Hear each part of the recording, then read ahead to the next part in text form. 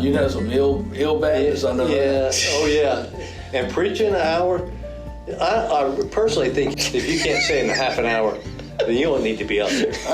If you go over 30 minutes on a text, and I know sometimes I do, but it's just a little bit. If you go over 30 minutes, it needs to be a two-parter. Or even the church has a vote on you to be baptized. I mean, you don't think that's right? I didn't even know they did that. What would you do if you heard one no? I'd say, you're an idiot. So you got baptized here? No, I got baptized in the Pamlico Sound. Down by in the river. But by a church. Yeah. Well, it wasn't the river, it's the salt water. Yeah, wow. I don't know what that takes. Well, it tastes that salty. No, he used to dirty that. He used salt water to clean him up. I don't know what that takes. Man, you better do that again. It held me down for a while. Because if Do you're people already, do that? you want, yeah. Seriously? Oh yeah. Wow. And welcome to the other 167. Kenny Lewis, Pastor Ben Pierce, Garrett Lell. Funny, I got to tell you this before I forget it, because this is the only thing that I'm putting my phone to remind me. I did not want to forget to tell you this. So I wonder if I'm the only one. So Sunday morning, you did your prayer a little different at the end of sermon. You said, "Let us pray." But then you didn't pray. Did you catch yourself do that? Did you know that you did that? Well, I went back and watched it, and I was like, man, what was I doing? Well, I was all over the place. Well, I got to tell you something I've done. I don't know if I want to know. Poll the audience there. Y'all let me know if anybody else did this. Apparently, I had drifted off a little bit there because you said, "Let us pray," and I bowed my head and closed my eyes. And I sat there I counted it when I played it back. It was 30 seconds. For 30 seconds, I sat there like this, yeah, it was a man and you were talking. Yeah. No. I guess I thought you were praying because I had my eyes closed, and you were talking. I thought it was the prayer, and I had just missed the Dear Heavenly Father. And then all of a sudden, midway, you said, "Let us pray," and I'm like, I thought we already were. What we been doing? Yeah, that was. I was. I don't know what I was thinking there, man. This was one of them times. It was great. I went back and I was looking at it. I said, man, what in the world, Ben? I loved it. I made the kids listen to it on the way home because it was such an ironic sermon. I loved the sermon, and I loved I never, I guess, thought about that passage in that way and how ungrateful the other 9 were. And I was going to say to you when I left Sunday, is there a more American passage in the Bible than that describes us as a society any better than that one does? Yeah. But then we went to over to their grandparents for a little bit, and they were arguing over candy or something. And I said, "Y'all better straighten up. We're listening to the sermon on the way home." Again. And then I made them listen to it anyway because it was worth it for them. I thought that was a good lesson for them to hear. But I pointed that out to them that, hey, when I pointed out the prayer and timed it how long I sat there with my eyes closed waiting for you to start. Man, yeah, if I close my eyes for 30 seconds, if I'm not praying, I might be asleep too. So my mom asked me this the other day, and I was going to ask you, so when you are praying up there, Right. are your eyes open or closed? Most of the time they're closed. So she asked me the other day, she said his eyes are closed, and I don't know how he doesn't fall off the stage. See, I don't ever watch you pray, right? Because I got my eyes, even if I'm live streaming, I still bow my head and close my eyes when you pray. Yeah. So I don't ever watch you during the prayer, but Mom, I guess, does. And she says you're wandering around and walking around with your eyes closed. She said, how does he not fall off the stage? Well, I stay close. You don't ever see me walk too far away. You stay pretty close. But I will walk sometimes when I'm praying. But you got an earpiece in it. I guess if you did drift, could somebody up in the sound? No, I don't have an earpiece as much as my microphone just hooks around my ear. Okay, so you can't hear anybody. Now, Doug and the musicians have an earpiece. Okay. And it helps them to hear the clicks of the rhythm, but also Keaton in the sound booth can say, "Hey, we need to." Like one time, he told Doug, he said, "Doug, tell Ben to do this during the break because I don't have one." Okay. See, I always thought I thought that's what that was. I thought you No, I don't have one. Oh, boy, to a producer. The last thing I need somebody in my ear talking. I'd be going crazy. But yeah, they do have something they can talk to Doug and in fact. I can't remember how it was, but one time my batteries, I was like, dude, I got no batteries. And they talked to Doug, and next thing you know, Doug had 2 underneath the podium and brought them to me during the offertory. So it's pretty neat that we can communicate like that.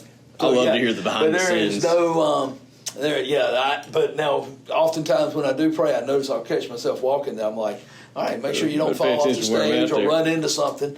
But usually right around that podium, because if you'll notice, like the lights are geared right towards the podium. I can go to this side and this side, but 2 steps outside of right beside it, and I'm in the shadow. So I try to stay in that light a little bit. Yeah, I had a chance. It's limited my walking. Yeah,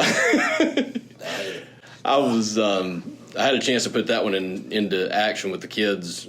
Not long afterwards, they were complaining about not having something or wanting something, or somebody else getting something they didn't have, and it was. I think you touched on it on Sunday, but this is what I told them: when you're thinking about the things that you would like to have that you don't, it's really hard to be in a good mood. And when you're thinking about the things that you do have that you're thankful for, it's really hard to be in a bad mood. Right. To be grateful and thankful for something that you have, and I don't care how much you have or how much you don't have, you can find things to put on both sides of that ledger for your whole life. There's always going to be things that you want. There's always going to be things that you have that you should be grateful for. But it's, again, like a lot of things that I've said before on here and we talk about a lot, God telling us what to do is for our own benefit. Telling us to be grateful for the things we have isn't just so that he can be worshipped and praised. It's so we'll be, he should be. Even though he should be. Yeah, it's not. I don't mean he shouldn't be. Right. But he's not. He knows how great he is. You know what I mean? Like if I forget to tell him, it doesn't mean he has any second thoughts about how great he is. He knows how good he is.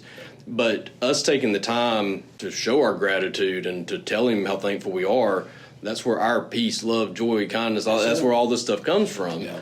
And to live and to get to enjoy that. That was a side note that I had, that if you get to there and then the Lord leads you that way. Oftentimes I'll have stuff written out to the side, and that is, if the Lord leads you there, this is an interesting point that the Lord brought to my mind is, it's not that Jesus needs your thank yous. It's not that he has to have them.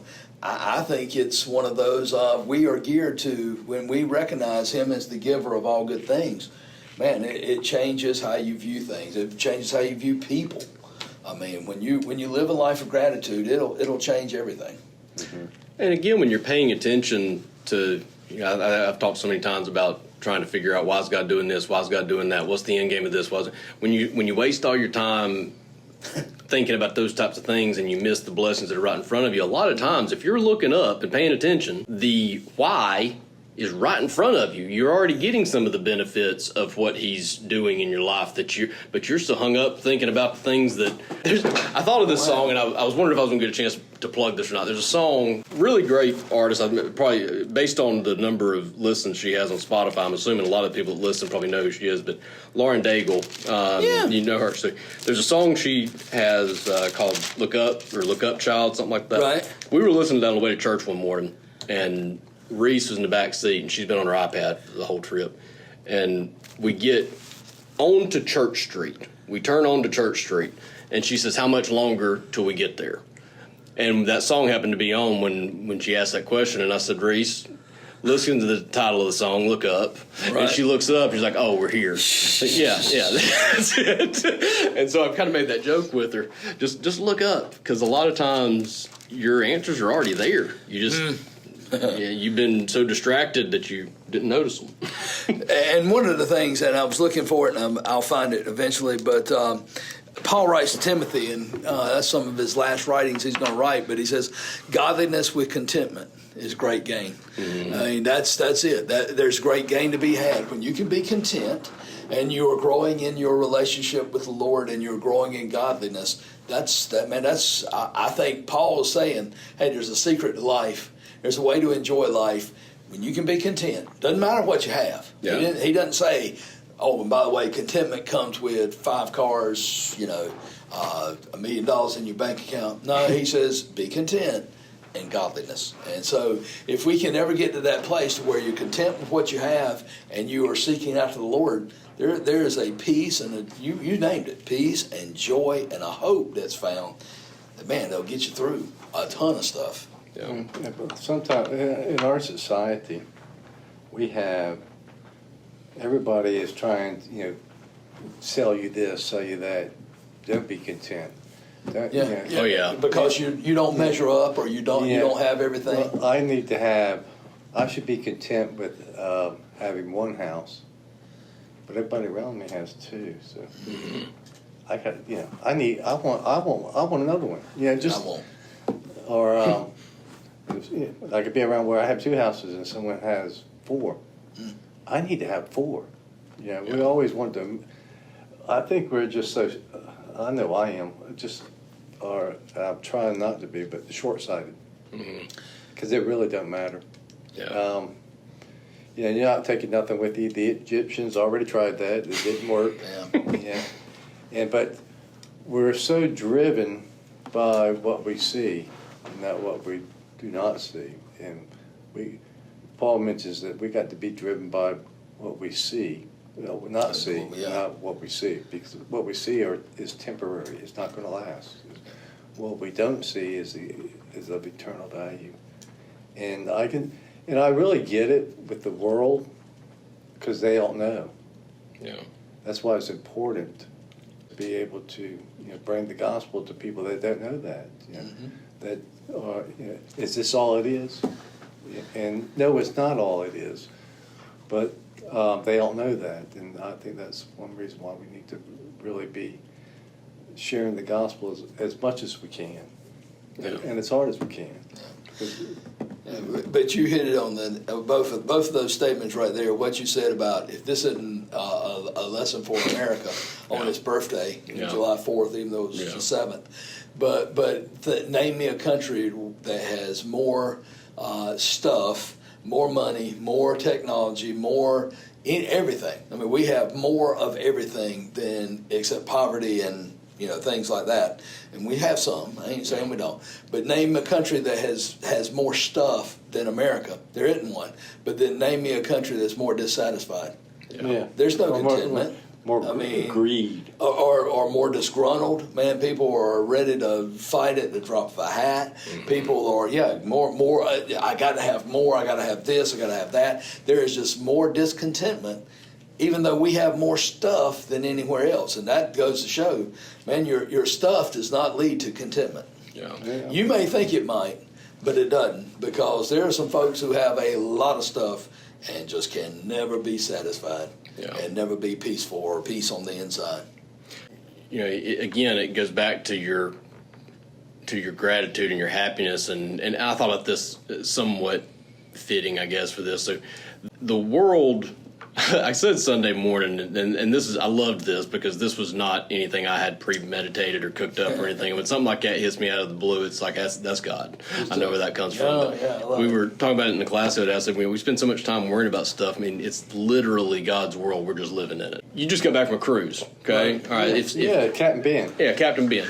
All right. So Pastor Captain Ben. Pastor Captain. Yeah. So if somebody had given you a first class premium ticket on your cruise for free, it's yours, and you go out there and there you go.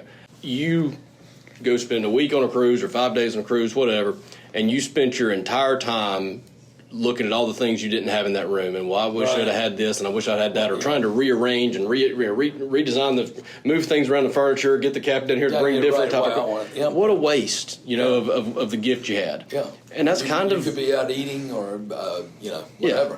And that's kind of us, and probably not in the entire world, but definitely in this country. That's how we look at this. A lot of it. We've got a good life. I mean, a much better than it could have been. And the whole, look at all the gifts around us. The stars in the sky, the scenery on the planet. It's a cool place He gave us. There's a lot of corrupt people on it, a lot of bad things that happen on it, but He gave us a pretty cool home. And then all we do is complain about how we wish it was better, how we wish it was had different. more money, even though, like I said Sunday, we spend more in entertainment in a month than some people make in a year. Yeah, I think we spend more time in the future than we or the past, and happiness is the present. Yeah, I do know that in my life, I wasn't satisfied. I would be satisfied and happy when I became 16, so I could drive. Yeah. Then I got my license. Everything's going to be great when I get 18. When I move out. Yeah. I got to get some freedom. And then it became, when I was 18, man, if I can just get out of college. Yeah. Then it was. Life's going to be great. Great. And then marriage. Yeah. Then getting a good job, then having a family. A house And then and a family, and I was yeah. always never content with what you had now. And then it was Always wanting more for the future. then it was retirement. What was I thinking of? Yeah. You know, retirement is not the golden years. Yeah. It's the troubled years. You're ready to go back to work. Yeah. I mean, you might make a lot of money, but can you spend it? Or, you know, can you, you spend most of your money on, a lot of people spend most of their money on medical, Yeah. you know, or a lot of them don't even make it to retirement. Yeah. It's golden. So I don't know why I was thinking so wrong that I should have just enjoyed where I was, Yeah. you know, the whole time. When I reach this, I'll find contentment. And then when you reach that, you know, I can't do what I can't travel like I did when I was in my 30s, 40s. I wish, but I wasn't thinking that way. I was just thinking the next. It's interesting as you said that. I mean, part of me was like, well, you know, you long to be 16 because I can have the freedom of a car. Yeah. I long to be 18 because then I'm going to have freedom out from under my parents. I long to be out of college, then I'll have the freedom to do whatever I want to do. I got to work. Oh, I long to do this because then I'll have the freedom to. And it's almost like we strive and we yearn for that freedom, and things don't give you that freedom. Yeah. And again, contentment is not the same as freedom, but at the same time, I believe when you have contentment, there is a freedom that comes from it. Well, That basically says, you know what? I don't have to be on the Ferris wheel or the rat wheel of rat race of chasing stuff. and the word that I would kind of use would be, I wish I was 16. Yeah. I can't wait. But I'm looking forward to the future. I wish I was retired. I don't want to come back to Because work. it's going to again. be so easy. I wish I was married. Yep. Or, you know, just, you know, I wish I was out of college. I wish I had a big job, a better job. Everything's a wish, you know, and we end up wishing our life away. It's And funny too. instead of being content where you are. So this is there's a song that this makes me think of here, and I cannot officially 167 endorse this song. Yeah. Just wait, man. There's some doozies. Yeah. Oh yeah. Oh, has he not been a part of a song yet? Have I not given him any of the song He drops? wasn't here when we did. He wasn't Ray Wiley. Ray Wiley. I was thinking about Ray Wiley this week again. You know, he popped up on on my Spotify thing, and I was like, You're welcome. There you go. Yeah. Every time you see Ray Wiley now, you remember me in the show. Yeah. Right.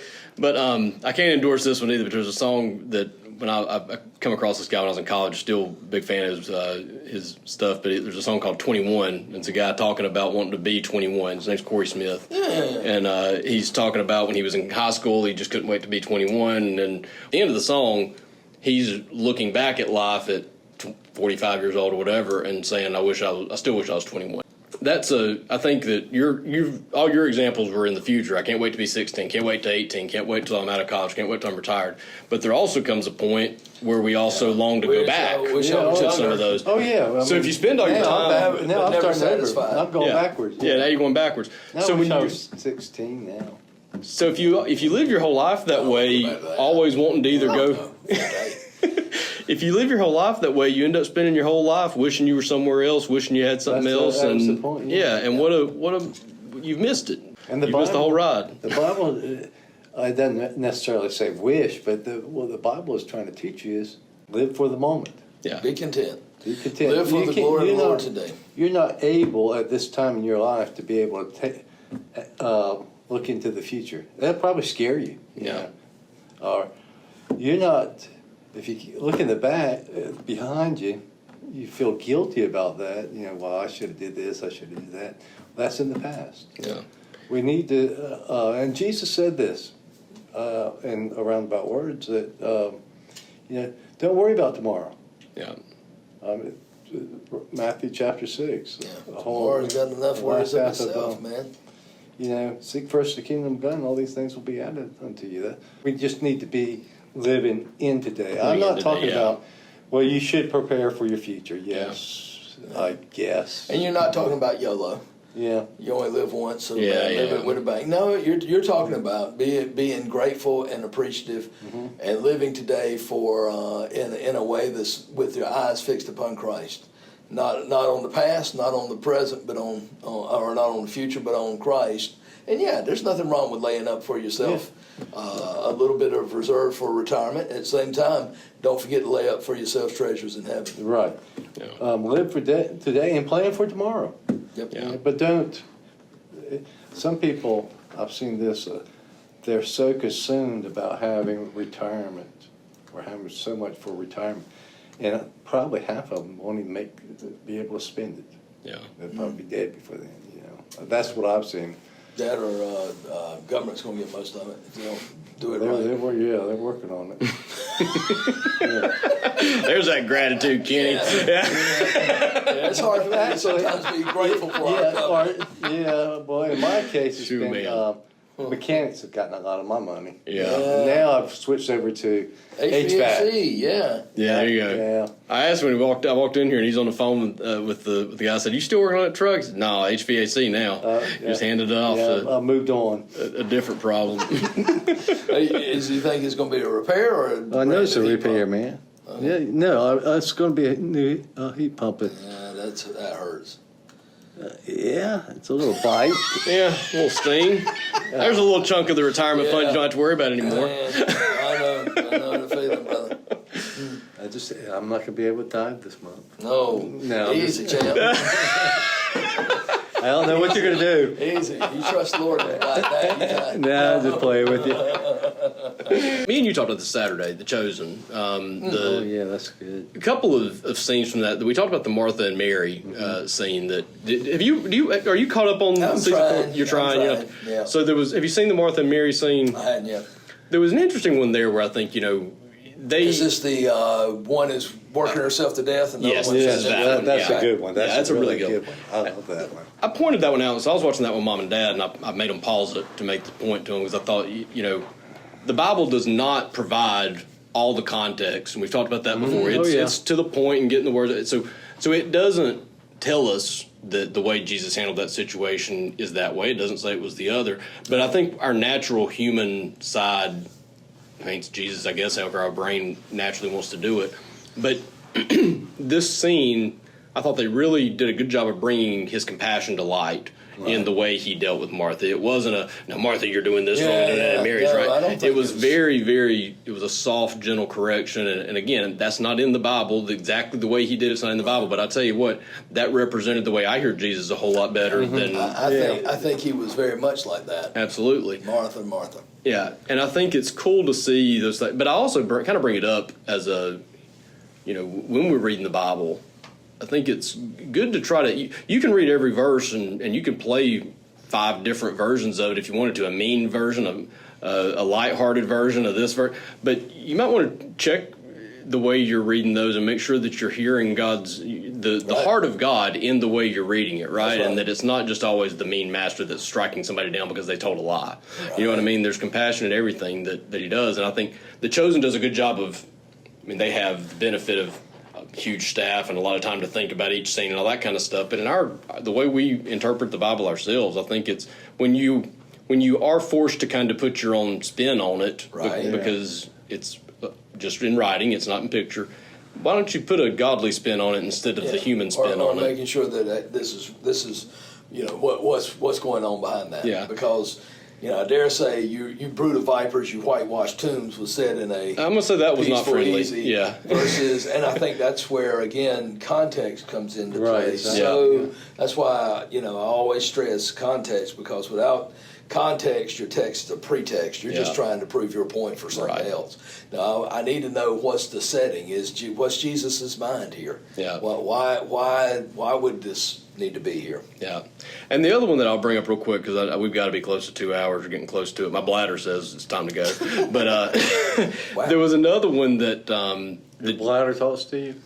right now it is. It is right now. As I get older, it talks louder. So there's a scene in the season finale where Judas is talking to Ishmael or Shmael, the Pharisee, and he says, "I believe in who he is," and where the Pharisee doesn't, but he says, "I believe in who he is." And I don't remember exactly what he says it, but basically, I believe in who he is, but he's blowing it. He's ruining it. He's not doing this. And I thought, you know what? That's such a, and again, another thing where I made him pause it. But it's easy to say this about Judas, and now tell me we don't do this in our lives, though, every single day. I believe in who he is, but he's doing it wrong. Yeah. In the very saying that, you're proving that you don't believe in who he is. Yeah. Because if you know that his ways are always right, then they're better than yours. You don't need to correct him on that. That's right. But that was just such an ironic. Again, you see it come to life like that, and it's like, yeah, I do that all the time without meaning to. And I think it's one for me with the Chosen and how they're portraying these. Judas is one that, and you wonder what was he like? What was his mind like? Because I can see more of that. I think he was a Jesus fan, honestly, and wanting to see him, but it had to be his way. Yeah, I want it to be, we're going to overthrow the government. I think he was conflicted, probably. Yeah. Big time. I mean, he wasn't one of us, but Jesus does say that. He was he called him a few names, but I believe. Imagine so. Son of perdition is pretty bad. Yeah. And I guess Judas is the Greek form of Judah, right? Sort of, yeah. I mean, the Greek word for Judah. So he was a part of he was from the tribe of Judah. Yeah, I mean, he was a Jew. I mean, Jew. He was waiting for the Messiah. But he was the only one that wasn't from Galilee, right? I think he was he was from somewhere else. Right. I don't know what that meant. He wasn't in that area. I believe everybody else was from Galilee. Check and see about that. Yeah, do that. I'm not on sure your free if they time. were all, On your free time, yeah. On your free time, do that. Yeah, I'm not sure if we all know that. To be honest, I mean, I'm does it say where Matthew's from? I'll have to look that up. And so, I think honestly believe Jesus gave him every chance.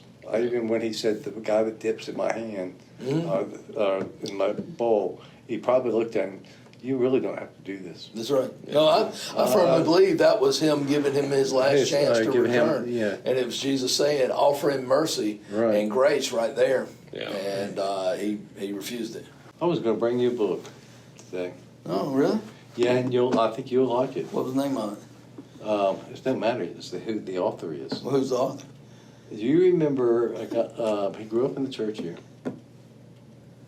Really? Yeah. It was a missionary from this church. He's dead now. I can't tell if Kenny is playing 20 questions with you to see if you can guess it, or if he's trying to fill time while he remembers. No, talking about Mitch? No, but David Carson. David Carson. He's dead now, is he? He's been dead a long time ago. No. Yeah, he died. He was my 7th grade English teacher. He wrote a book, and he gave me a couple of copies before he died. Yeah, I would love. Well, he was my 7th grade English teacher. I'm gonna bring that to you. I thought the world of David. Did you check his obituary? I couldn't pull him up. Yeah. I won't look at his obituaries. I was looking at his Facebook. I'm struggling today on the internet. Yeah, well, what is It's that? the heat, Is it? I guess. I can't get anything to pull up. Does heat slow down the internet? I don't know. It just feels say. like it. Feels like it slows down everything. slows you down. But I'm going to bring you that book. I wouldn't mind having that, And what especially it 7th is, grade. it's a history between the Old Testament and New Testament. The Intertestament period. Yep. Yeah. Well, that's some pretty interesting things, that 400 years there. And the book's about that thick, so it's pretty. Yeah, the Maccabees, and you got several other things that go on. That was a very interesting time for the Jews because they were very much into the mystical. At the same time, there was no word from the Lord, so to speak. That's a pretty interesting time. And why was that? I haven't gotten to that. That'll be the last thing I get to, I guess. Well, I mean, you end with, it. if you look at the Old Testament, it ends with the prophet Malachi saying that, okay, there's one coming. It's kind of the end of that. And then for 400 years, it seems like God was silent. I mean, the Jews were still functioning as Jews for the most part, but then it was just the right time that, as Galatians 4 says, that God sent his son into the world. And it was the right time because you had Rome that had, the peace of Rome was there. You had roads. You had everybody speaking the same language. It was the right time for the gospel to basically go around the world. So I don't know why the 400 years there was just a that intertestament period of silence. So to They hadn't speak. done anything to make him mad. Well, I mean, necessarily, or- not necessarily. I mean, they were back in. The Jews had come back from exile from Babylon. You know, I'm sure they had done a few things, but that's where the rise of like the Pharisees and things happened during that time, because the Jews were determined we're not going back to exile, and so they were very much into monotheism / no, there's no other idols. There's nothing. That's why, you know, everything that you see the Pharisees, there's a part of. Yeah, I can see why they were like that, because they were bound and determined. We're going to keep the law as best we can because we're not going back into exile. Yeah. It was about 400 years.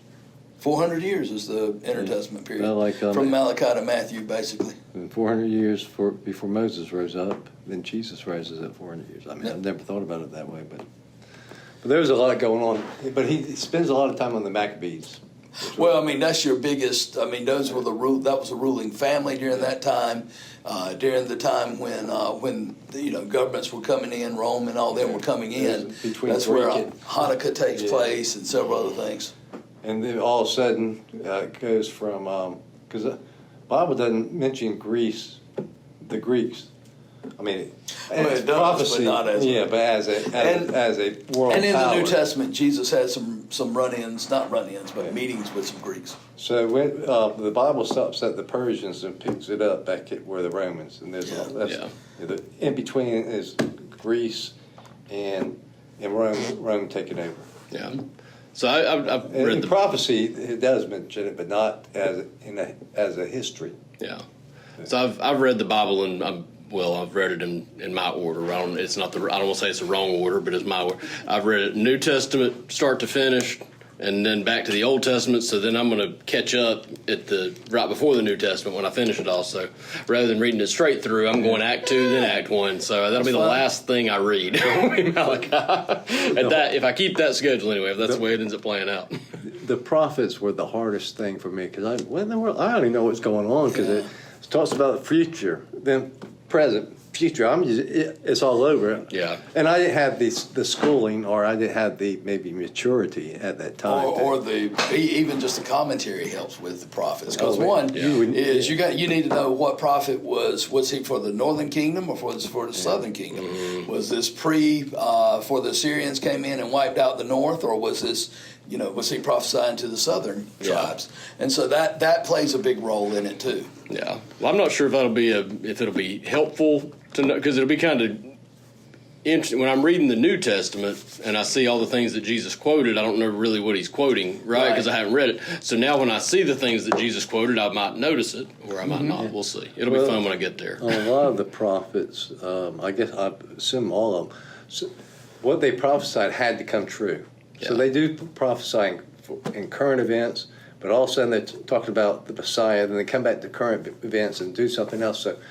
So, but to be recognized as a true prophet, you had to have your prophecies to come true. 100%. You had to make 100 on the final. And that is final true, exam.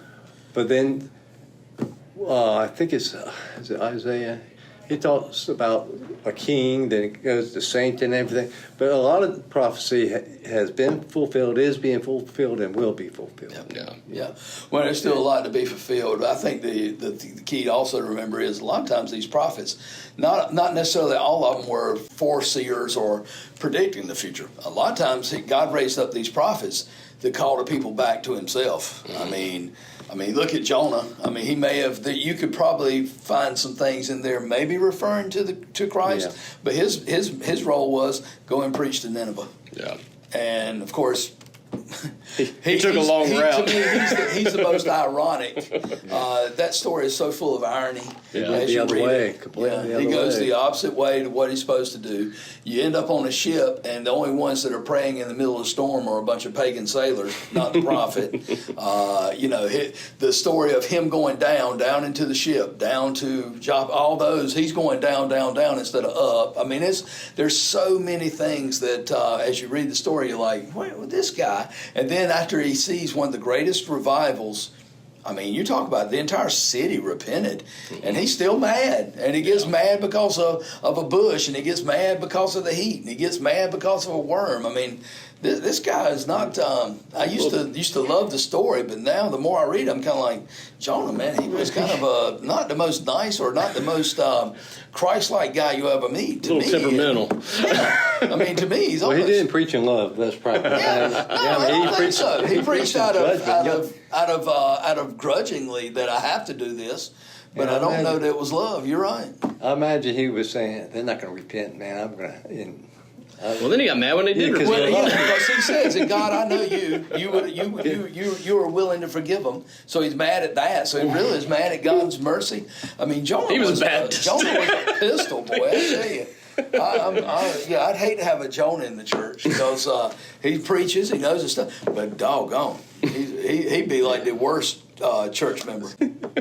I've always that's an interesting topic of who would be the best church members out of the Bible, who would be the worst. That would be and honestly, it used to crack me up because first time I ever asked that question, people were like, "Oh, it'd have to be Peter," and I'm like, "Can you imagine a church full of Simon I was going to Peters?" put him on the worst list. No, I would honestly. The one that I always put as number one would be if you could get a whole bunch of Barnabases, you'd be doing well. Because Paul, Be encourager. if you get a whole bunch of Pauls, you ain't never gonna have anybody there because they're going on the road and sharing their missionary trips all the time. But Barnabas is an encourager, a servant, someone like that is that truly makes one of the best church members you could have is someone who serves and loves and encourages others. Yeah. But yeah, I think Peter would be the one I'd be like, and a church full of Jonas. Yeah. Whoa. Barnabas, that's his Greek name. Right? Yeah. Joseph is. Joseph is his son of encouragement but Joseph is his name. He encouraged. Well, he stood up for Paul. Mm-hmm. And then, When nobody else would. And then he didn't abandon John Mark. And I'm wondering. And he still was on mission. Now you never hear about it, but they still went out on a mission after Since that. it was so early, I wonder if he wasn't part of the upper room. I mean, I don't know. Oh, he could have been, but I mean, we don't know. Because John Mark, Yeah. that was his cousin or nephew There, I or something. think. Hold on, and we'll go ahead. I'll have to look it up later. I think there's something in there about how in the Book of Acts when he's first mentioned, especially in Acts 3 and 4, he's mentioned, and I think it kind of mentions how he came about or something like that. But anyway, I don't remember that. don't know if he was upper room or not, but. I mean, I don't know how long between those sermons were, but I'm thinking maybe a couple of weeks at most. I did want to ask you a question. What you got, Kenny? Well, it's not really. It's just for informational purposes. Okay. Now, when you give an altar call, Uh-huh. are you expecting people to come down? Does that bother you if they don't? It doesn't bother me. Am I expecting people? Yes. If they don't, it does not bother But me. what I'm not talking about people that join the church. People I mean, repenting, do you- people coming to Christ, people what you name it. I'm expecting at the same time. But I've see, come to I- realize that. Let me put it this way: it's my job to put the truth out. It's the Holy Spirit's job to work into people's lives, and so yeah, I'm expecting it to work because when the Holy Spirit meets truth, usually it will produce something. And so yeah, I'm looking forward to it. But if it doesn't, okay, that's Well, it happens quite frequently. yeah. And I'm not criticizing. I didn't know what. Can you go down there? Yeah. Because I don't see people going down there. Yeah. Well, what I do see is people going down there to join the church. Yeah. But I didn't know how it was opened up. Yeah. That's No, really what I think it's because I one- would like to go down there, but I don't know if you're supposed to. Really? Yeah. Good question, Kenny. Let's get this on the Yeah. show because I want to. So I know that's a time that you can do the walk for salvation. It's a time you can come join the church. Pray, see? But Yeah. I do know some churches also. It's people just walk up there, pray, and go back to their seat, and that's it. They don't, And so- And I guess from and your that- stand, how do that you know if you're supposed to go over there and lend them an ear or not if they're coming down? No, I mean, because it does happen. People Yeah. come down there and Yeah. pray and then walk back, and oftentimes I'll just look at them, and most of the time I don't do it during the service unless I know, or they'll come and walk over there towards me, and we'll talk about it. A lot of times if I see somebody, they may come down. I'll shoot them a text or call, depending on who they are, Yeah. and just say, I'm not trying to get. You don't have to share a thing. Yeah. everything good? Is there something I can pray for you with or pray for you? And I'll leave it at that. And if they say, man, I need to sit down and talk with you, or no, we're good, it's just a few things we're working through. Okay, I'm gonna leave it at that, but no, I'm praying for you anyway. Yeah. And leave it to that. Yeah, But as far as I'll put it to you this way. I don't build, and I don't think it goes for Sunday school as well. I don't think we build our success on whether people respond. I learned a long time ago. I used to beat myself up. That, oh my goodness, nobody responded. You It's didn't got to do be a the good sorriest job. message. Why do I even bother?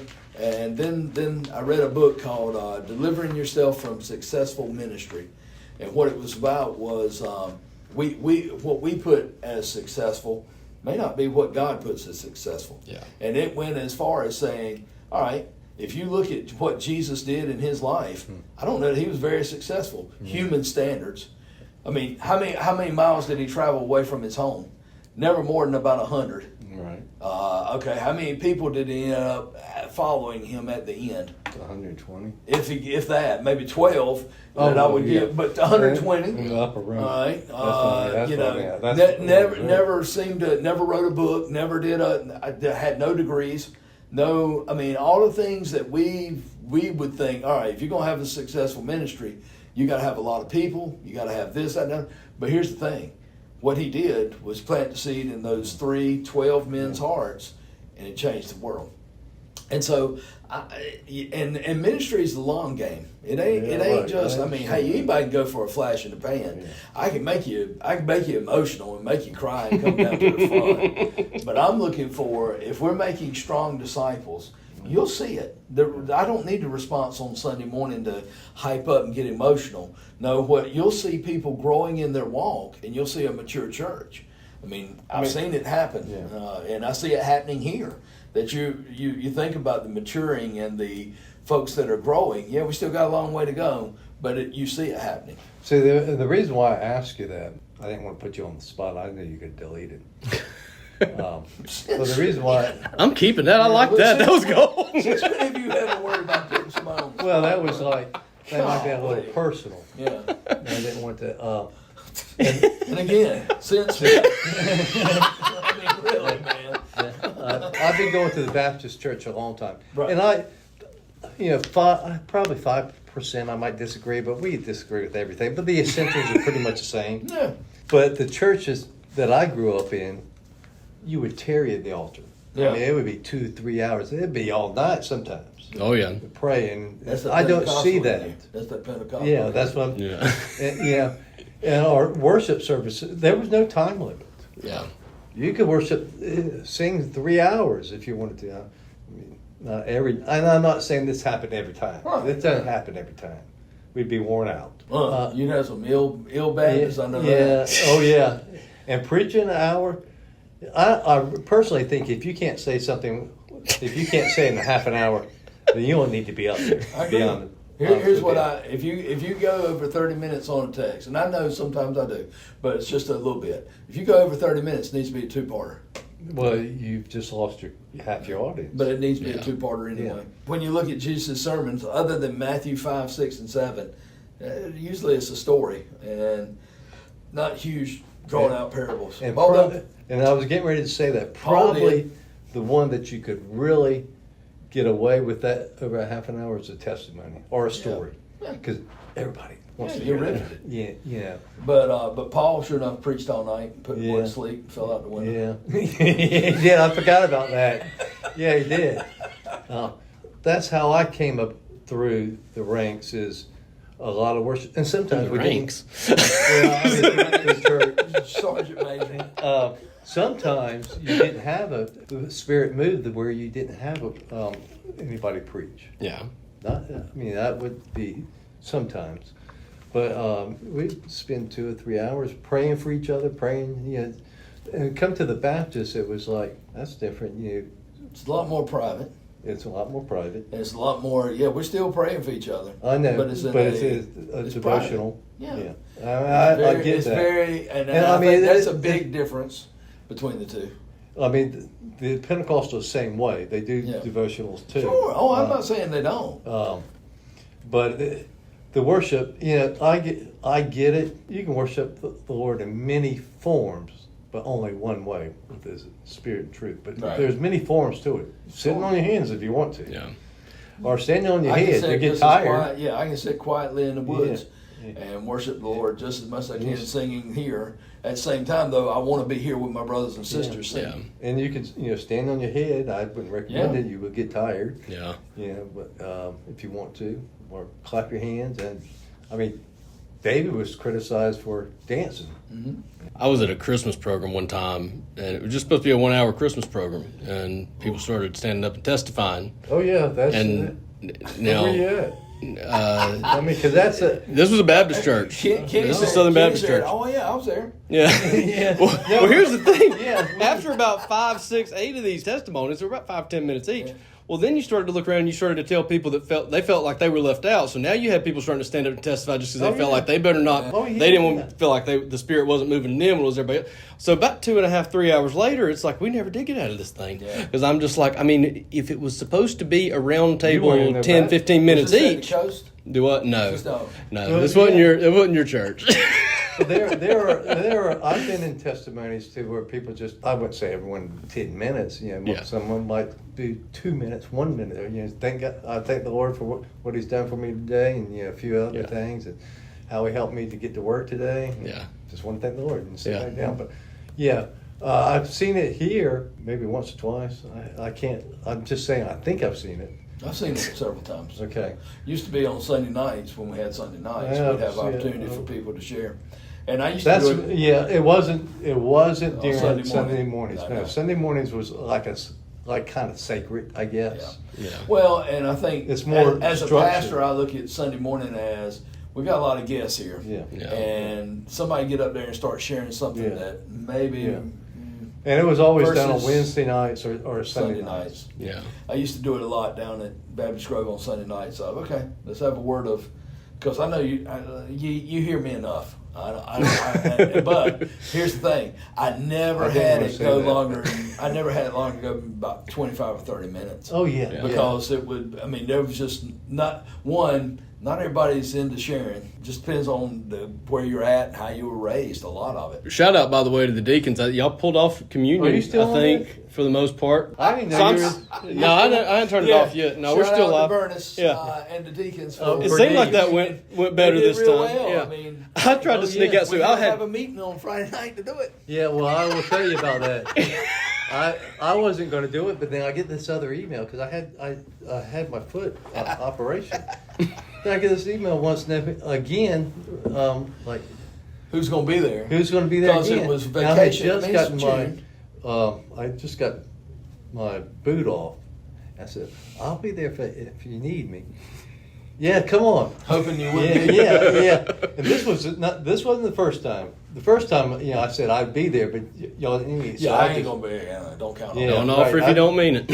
And then, and so I said, okay. So I got the easiest part, which is this far out aisle right here. Number one. Number one and whatever. I just know that the end aisle is the easiest. All you do is just go back there and wait, and then you come up. The center, you have to do the center, and the next ones that go back, they got to go upstairs and then come back to the back. And the other guys Catch the balcony in have the to middle. catch a piano and all that. And So- so I don't have nothing to do but just hold the plate. And so we're not going to walk fast at all. Man, we'll be fine. Man, he flew down there. I near about broke my neck trying to keep up with him. I thought I had to grab the pew a couple of times, just to hold on. Man, this guy's going too fast. Yeah. I had Christian with me, and he had been complaining, poking me, and saying he needed to go to the bathroom. And I Yeah. thought, well, we'll go during communion. I know that'll take a while. Oh gosh, man! I timed it. I go back and watch. Did the you? services, and I timed. I was like, golly, we got to streamline this baby. I mean, it's so many, it's so much, and it's. Well, you don't have to streamline the walking down. I think That's fast enough. Ted has got it down. Code, we got to get everybody Wow. going to speed. I got one last question about the altar call. Have you ever been a part? I've been in sermons before that I thought this happened. I don't know if here or other place where preacher he thinks a powerful sermon. We sing a verse of Amazing Grace.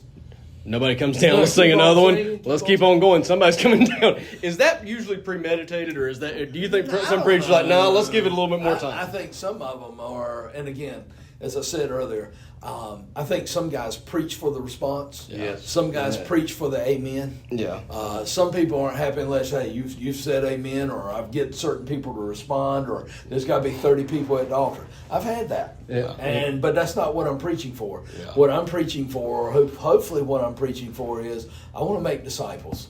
And so I don't need every Sunday the altar to be full. I pray that it is, and I love when it is. Sure. At the same time, if people's hearts and their relationship is growing with the Lord, and they're going deeper with the Lord, what more do I need to be I doing? mean, and you see it every other day. You might not see the results when you're On preaching Sunday. Sunday, but you see it the other 6 days. That's it. And I'm looking for it the other 6 days. That's right. Because I'm looking for it in committee meetings, and I'm looking for it in how people And I talk get that. and what people put in as their emphasis. Yeah. Where you'll notice it. I mean, that's the thing that's so cool about being in church and in being around church people is you'll be able to tell real quick when you hear them and you hear them talk, and you hear the way they respond to each other.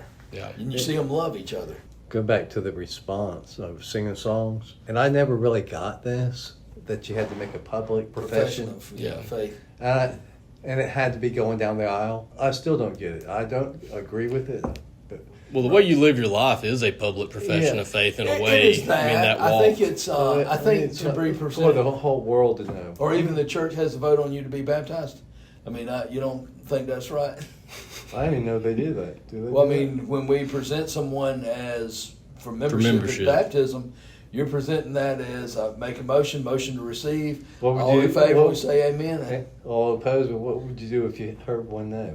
I'd say you're an idiot. Has that ever happened to you, or would you be surprised? I if mean, it did? voting to receive someone? Yeah. No, never had that happen. Now, could it? Sure, it could. I've had times when people come down there that let's sit down and talk. So you do meet before those guys Yes. come down there. Oh, I Everybody- 99.9% of the time.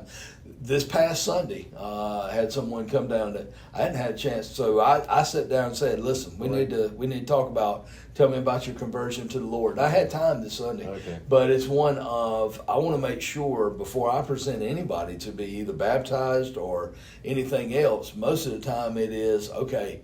Where you coming from? What's your background? Do you know the Lord? Because I think we can assume too much. So you cannot go down there. You have to know them before you present them. Me personally, yeah. 99.9% of the time, You know them. They've already called you. yeah. Okay, so it's not something rigged where these people are just Rigged. showing up. Well, I've been on both sides. It's a vote of, it's 2020. Yeah, I didn't know if you had certain people just come in, you know, go around different churches. Yeah. No, it is. So it make you look good, I so- like to sit down with the folks. I like to discuss where they're from. I like to discuss. And they what's do your- live around here. What's your right? spiritual giftedness? Yeah. What are you? Is this a good church for you? Because I've been known to tell some folks, you don't want to go here. I mean, I'm just going to be honest. I mean, Yeah. I just think they wouldn't be happy, and our folks wouldn't be happy, and it's just be better. You want to know the ones that I usually send away. Yeah, quickest? I want names. No, if they come in, let me tell you what I do. If they come in and the first thing they do is, Pastor Ben, love the worship service. I want a copy of the bylaws and constitution and your personnel manual. I usually say, you know what? I got a great church for you. Just saying. Because if Do you're people do already, that? you want, yeah. Seriously? Oh yeah. Wow. So I've been on both sides of that. When I joined Baptist, Just kidding. when I Not joined, outside. when I joined Baptist Grove, we sat down and we had that conversation before. We had met at Starbucks, I think. This But I time, didn't- when I joined here, we hadn't talked ahead of time. Well, I mean, we had texted and I'd But talked. we had had that talk at Starbucks years Right? years Yeah. ago. Okay. So I knew you. You knew me, and I knew didn't know me well enough. Yeah. You told me Yeah. you miscounted my kids. Yeah, but I knew your heart and I knew your walk, and I think that's the thing too. If I know who you are coming from, Yeah. Oh, yeah. Yeah. You know their family. yeah, that's a different thing too. So, But if somebody comes in, I don't think I realized that. So if somebody comes in off the street, first time they've been here, and you've never seen them before, and they love the service, and they come up at the altar call, Yeah. and they say I'm coming by. I want to join that. Now, if they say I want to be baptized, I mean, when somebody says they want to be baptized, there's usually a little bit more. Because I want to know. All right, so you say, "Hey, man, I want to know about this Savior you're talking about. I want to trust in the Lord." That's great, man. Yeah. And usually it's all right. If it's that, give me 5 minutes to wrap this up. We're going to go down to my office and we'll talk about if I need to draw it on the board or whatever. But that's Follow it that way. that's not trying to be a member of the church at that point. They might be saying I want to accept Christ, but that's really just they're not saying I want to join the church in that part. Exactly. Okay. I'm just want to get right with the Lord. Right. That's a different story, and that's Right. another meeting. I think where I'm always going to be kind of skeptical is if this is your first time walking in the doors and you want to join, why? Mm-hmm. I mean, not that I'm judging. It's just that I get that. I want to make sure. One, if I'm a one day, there's going to be a day. I hope, Lord willing, when I'm 78, 79 years old, I'm going to retire. I've had enough. I'm going to retire. The Lord's done with 78. You think you're gonna live that long? me. I'm planning it. Okay. All right. So 78, I'm going to retire. Well, you're gonna live for the rest of your life. That's right. I mean, you're Or gonna really live for the rest of my eternity. life. You just got one more river to cross. And I'm hoping that river's miles down the road. But it is one of, when I retire, I'm going to go to a church one day. And I'm going to make sure. I'm going to go and sit down for a while, listen to the guy preach. I want to hear, what he's getting about, what is on his heart. Where can I serve? How can I make a difference here at this church? So to do that in one Sunday, Yeah. be done. You won't retire at this church. I don't know.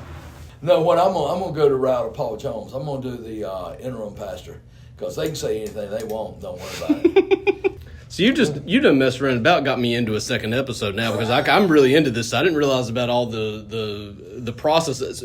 I thought of altar call is essentially I'm either coming because I don't know the Lord and I want to get to know Him. It can be and various that's things. now I'm saying. Are there three different things? There's the I want to start a relationship. Mm-hmm. I want to get baptized, or I want to join the church, or does the relationship and baptism usually go hand in hand? Because we're Baptists, relationship and baptism usually go hand in hand. But baptism doesn't, because I think I've always thought of it as the opposite. It's like, I want to join the church. Right. Okay, well, have you been baptized? If not, we need to do that. Well, and that the relationship's kind of... And a lot of it depends on what, their age, what we've sat down and talked about. Because like I said, most of the time I know what they're coming to, because a lot of times I'll get a call from, it might be a mom, it might be somebody saying, hey, can we get an appointment for tomorrow at 3? Yeah. And what it is sitting down talking with your children and just saying, all right, are they ready? Yeah. And if they are, then let's go for it. If not, let's as I always tell them, look, this is the salvation of a child. There's no need to be in a race. Yeah.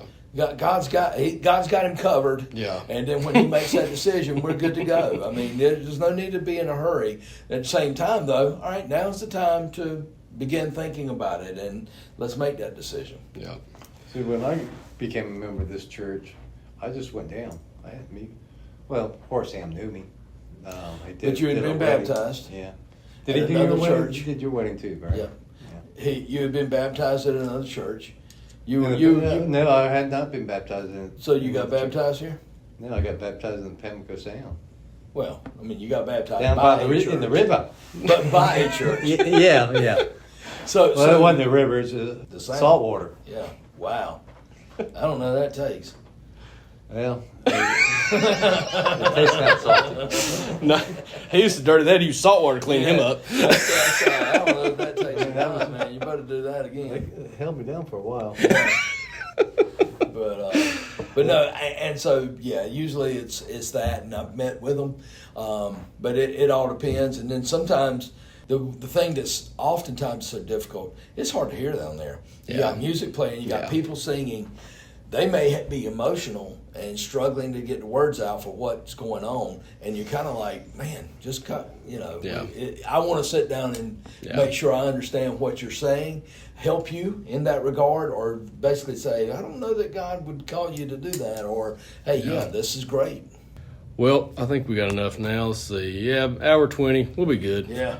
I think we're about 3 o'clock. I got to get kids anyway. Bye, everybody. Thank y'all. Garrett, I'm going to ask you if you'll join me. This is Garrett Lale. This is a great friend. He was baptized at 17 years old. He's had the ups and downs of life, but through it all, I believe he is a testimony of, listen, God's faithful and good, and he has 2 lovely children, and 3. Where'd the third one come from? One of them. There you go. When life throws everything at you, stay focused and walk with the Lord. I promise you, even through the valleys, He's there.